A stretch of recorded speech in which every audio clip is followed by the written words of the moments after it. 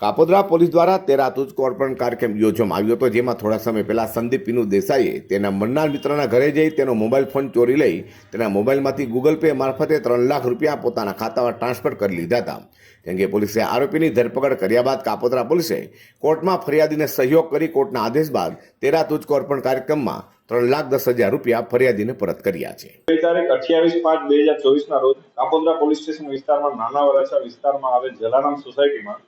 ફરિયાદી શ્રી એક ફરિયાદ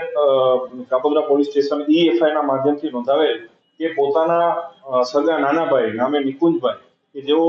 કેન્સરની બીમારીથી મૃત્યુ પામેલા છે, તેના પાણી ઢોળની વિધિ હોય એ વિધિમાં ઘણા બધા માણસો આવેલા હોય, તેથી તેમના નાના ભાઈની પત્નીનો મોબાઈલ કોઈ ચોર ઈસમ ચોરીને લઈ ગયેલ છે, જે મતલબની ફરિયાદ નોંધેલી.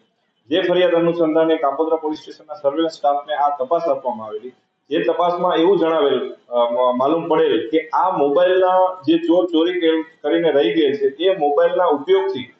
એ મોબાઈલમાં પડેલા એકાઉન્ટમાંથી 3 લાખ રૂપિયા અન્ય એકાઉન્ટમાં ટ્રાન્સફર કરવામાં આવે છે, જેથી કોઈ જાણ ભેદું જ હોય એવી પોલીસને શંકા ઉપજતા પોલીસે એ દિશામાં બેંક એકાઉન્ટ વગેરેના આધારે તપાસ કરતા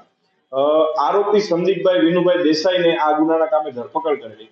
આ આરોપી ખરેખર જે મૃત્યુ પામેલ નિકુંજભાઈ હતા એમના મિત્ર જ હતા અને 12માની વિધિમાં આવેલા અને ત્યાંથી એનો મોબાઈલ ચોરી અને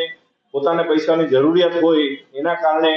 એણે એના એકાઉન્ટમાંથી 3 લાખ બીજાના એકાઉન્ટમાં ટ્રાન્સફર કરેલા અને આ ગુનો કબૂલ કરેલો અને એ કામે સંપૂર્ણ મુદ્દામાલ 3 લાખ રૂપિયા અને મોબાઈલ પોલીસ દ્વારા રિકવર કરવામાં આવેલો અને ગુનાનું ડિટેક્શન કરવામાં આવેલું. ત્યારબાદ આ મુદ્દામાલ છોડાવવા માટે ફરિયાદીશ્રીએ નામદાર કોર્ટમાં અરજી કરેલી, જેમાં પોલીસ દ્વારા તેમની મદદ કરવામાં આવી અને નામદાર કોર્ટના હુકમ થઈ આવે આ સંપૂર્ણ